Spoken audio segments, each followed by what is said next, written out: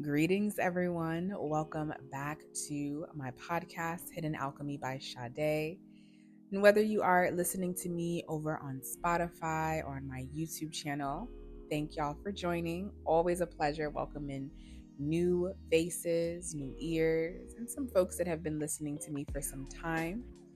I am a wellness and holistic coach focusing on spiritual, mental, and physical well being practices to really help folks tap into their personal power, alchemize and transform their life, and really move from their highest potential. So, if you would like to learn any more information about the work that I currently do, please feel free to head over to my website, Hidden Alchemy by Sade, and you will find all of my information there. All right, everyone, let's go ahead and dive into today's podcast episode, which is Seek Love Within Yourself, Know Thyself. And this is a topic that I feel many people have conversations about: the importance of knowing yourself, the importance of loving yourself. And this is not something that is an easy concept to understand, nor is it an easy concept to practice. It has taken me many, many years to break away from old programming, cultural norms, things passed down from my lineage, things passed down even from my generation of being a millennial, just structures that don't truly identify with who I really am to my core.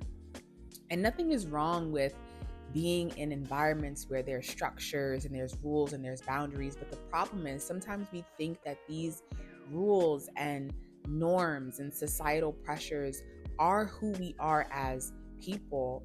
And it's not. It's just what we have to live amongst. But there's so much more to a person on a deeper level. And it has taken me years to really feel so comfortable, so safe, and truly so in love with myself.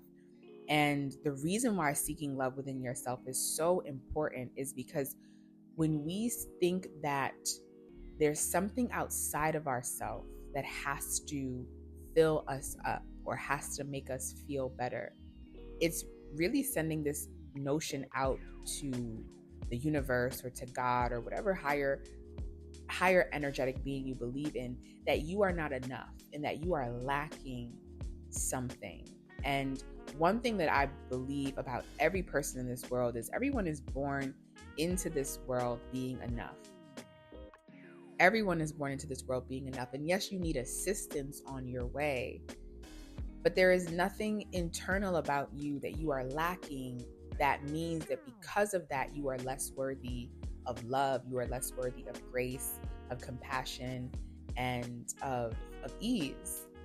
Everyone is worthy, and everyone is born enough of that worthiness. It's as we grow and we become beings in society amongst other people that we start to develop this idea that what I have isn't good enough, or I'm not good enough, and someone or something is better. And that is such a false way of thinking. But because we live in a society that promotes that, it's a thought that we all experience. And it's just so important to take time to learn yourself so that you can appreciate yourself for the smallest and largest gifts that you have to offer. And even if that small gift, I know for me, I'm a very charismatic, funny person, and that's a gift. Offering people laughter is a gift. Offering people joy is a gift. Offering people grief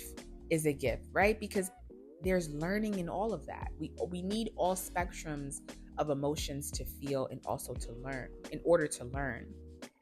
And those are gifts that we have, but if we don't take time to study ourselves and to learn ourselves, then we'll never feel purposeful in life, no matter how many accolades you have, no matter how many friends you have, how many social groups you're a part of, how many followers you have on social media, how much money you have. If you don't find what it is to be you, what that means, and whatever that means, but learning your own personal philosophy and building a level of self-mastery, then there's no amount of anything outside of yourself that will ever make you feel whole. And that is why self-mastery, knowing thyself and seeking love from yourself, is the only way to really survive life with a sane mind. Because our mind is a program. And in that program is everything that we have been taught, everything that we have learned amongst these years of our development. And the mind just regurgitates all of those learnings. But you really have to do the deep work, the internal work of dissecting your conscious mind, dissecting your subconscious mind, and realizing, what are these thoughts that I'm thinking about myself? Like really catching yourself in a negative thought and asking yourself, who taught me this? Who taught me to think this way about myself? Who taught me to feel this way about myself? Who taught me, and this is a big one, who taught me that by me making a mistake as a human being, that means that I'm not worthy of grace, I'm not worthy of forgiveness, I'm not worthy of love? Who taught you that? That's the first question to really ask yourself. And then you'll be able to date things back into your childhood. How did your parents or your parental figures treat you? How did your loved ones treat you? Because most of the time, a lot of self-hatred and just misunderstanding of self comes from our family. It starts there. And then we go into schools with this baggage, and then it continues because we are all mirrors and reflections of each other. So wherever you go into the world, you are attracting who you are in your day-to-day experiences, in your close relationships, in your not so close relationships, social circles, networks. You are attracting who you are. So you have to know who you are, so you know the people who are entering into your life and why they're there, right? And when you are a person who seeks love outside of yourself, you attract takers who want to take from you because you don't know that you are already whole. And most of the time, it's the people who have great lights that bring so much joy, so much laughter, so much beauty to people's lives, who are unable to see themselves and continue to seek outside of themselves, and then end up attracting people who take advantage of them and use them and abuse them. But they're really here to teach you a lesson, right? Love those people who come into your life and bring you pain, because they're teaching you something about yourself. They're teaching you how to either see yourself, how to stand up for yourself, how to create better boundaries for yourself, how to love yourself and respect yourself better. Because when you love yourself and you honor yourself, then no one can take anything from you. Because you know that there is an abundance and an overflow of what you've already been made of. So I want to go ahead and talk about some of the things that have really helped me to come to this understanding of self. I believe that self-mastery is the most important thing to master. And of course, that's just my opinion, right? There's so many other things that are great to master in this world. So many other things. I'm not taking away from the other studies that are important. Please don't take that from this podcast. But because I realized how much of school focused on outside matters, and then we get into the real world as adults, and we're trying to figure it out, but we can't because we have a lack of self-understanding. Unless you grew up in a home where your parents were very self-aware and very emotionally aware.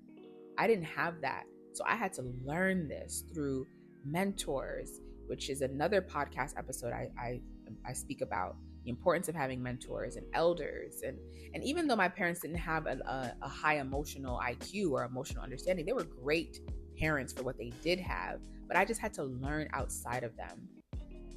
And when you take this time to really understand these aspects of yourself, it helps you in the world when you're navigating amongst people. And in school, we only learn subjects, but not necessarily our own subject of self. That's something you kind of have to do on your own time. Again, if you don't come from a family background of that. So these are things that have really helped me on my journey that I continue to do, because self mastery is not, you don't get to the destination of self mastery. You don't become this master of self, because you're constantly growing, constantly changing, constantly transforming. So you always have to study yourself. And I think one of the best things to do is study yourself, because we are all interconnected. So when you know yourself, then you know other people, right? You may not know the specific details of their life, but you know that they are a human being who's worthy of love, who's worthy of compassion, who's worthy of grace. And if they try you, who's worthy of space, who's worthy of boundaries, and who's worthy of a sword, right? Duality and everything. I'm a firm believer in duality. But when you understand yourself, then you can see another person for who they are. You can have a person make a mistake, and doesn't mean because they make a mistake that you have to forgive them and bring them back in your life, but you can extend that grace to understand you do not know what you're doing because you do not know yourself. Most of the times, the reasons why we make certain mistakes is because we lack self-awareness. We lack self-understanding. That's really the reason why there's either self-hatred or there's just humanness. But you can see that in another person because you study yourself and you realize, man, the person who I am at 32, I wasn't that person at 25. I made a lot of mistakes then, but I've learned and I've grown. And for that, I give myself grace and forgiveness so I can see another human being and extend that same notion to them. Doesn't mean I'm bringing you back in my life, right? But I can extend that to you because I see you, because I see myself. So these are a few things that have really worked for me. Of course, I'm a yoga teacher, so it really stems from the philosophy of yoga. And yoga is the union of mind, body, and spirit. I know in the West, we capitalize it as it just being a physical practice, but the term yoga is the union of mind, body, and spirit through many, many, many different practices. So it's not even just asana, which is when you go to a yoga class and you see the yoga shapes, that's asana. That's a form of yoga. But there's also meditation, there's breath work, there's journaling, right? And there's also different types of yoga. There's Kundalini. Kundalini has definitely played a large impact on my life. I started Kundalini when I was 25, and it changed my life. It changed my perspective of my subconscious mind. It taught me how to understand my subconscious mind, how to tap into that realm so that I could be more consciously aware of my actions. There's also Yoga Nidra, right, which brings you into that space, so that not deep state, not definitely not deep state, but that more dreamlike space where you're in between the conscious and the subconscious and just navigating, right? There's also Bikram yoga, not the person, but the yoga practice. There's many different forms of meditation. There's sound therapy that has also helped, the vibration of singing bowls.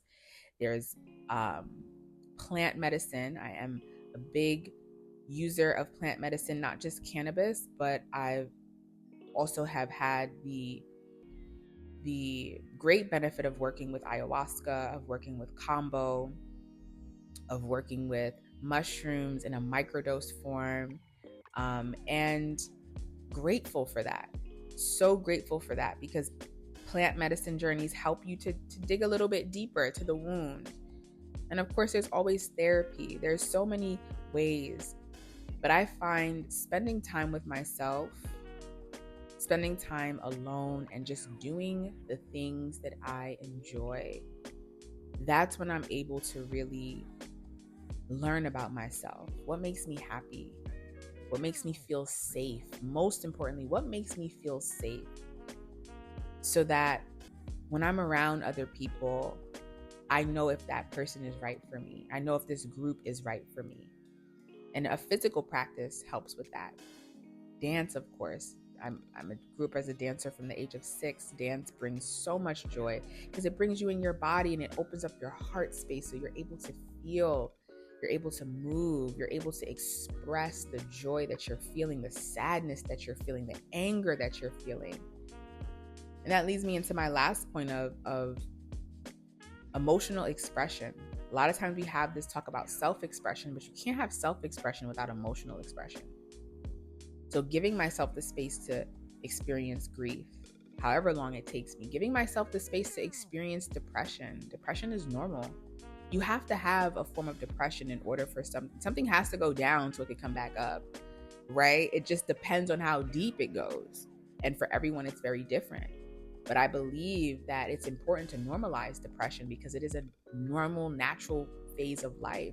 You see it in the weather, right? You see it in the winter when there's nothing on the trees and the sky is gray and it's cold and that's a pretty depressive, especially if you're in New York or the New England area. The weather even shows you that. You can't even be outside. You cannot stand the cold for too long. And then the sun comes back out, right? And you're able to see now. The sun is out longer. It's not as dark. But you have to have darkness. You have to have moments of darkness where you might be feeling a little down, might be feeling a little depressed. But the sun will always be back. The day has to end at some point.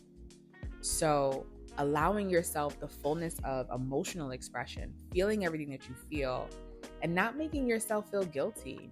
No longer feeling guilty about being angry, right? I love feeling my anger. And I love other people feeling my anger when they need to. Because duality in everything. Sometimes people need to feel it, sometimes people don't. But finding the most productive and healthy way to express your anger. Feeling grief, feeling joy, feeling pleasure. I love feeling pleasure. I'm a Taurus rising. Pleasure is very important to me. But allowing yourself to buy yourself flowers, buy yourself plants.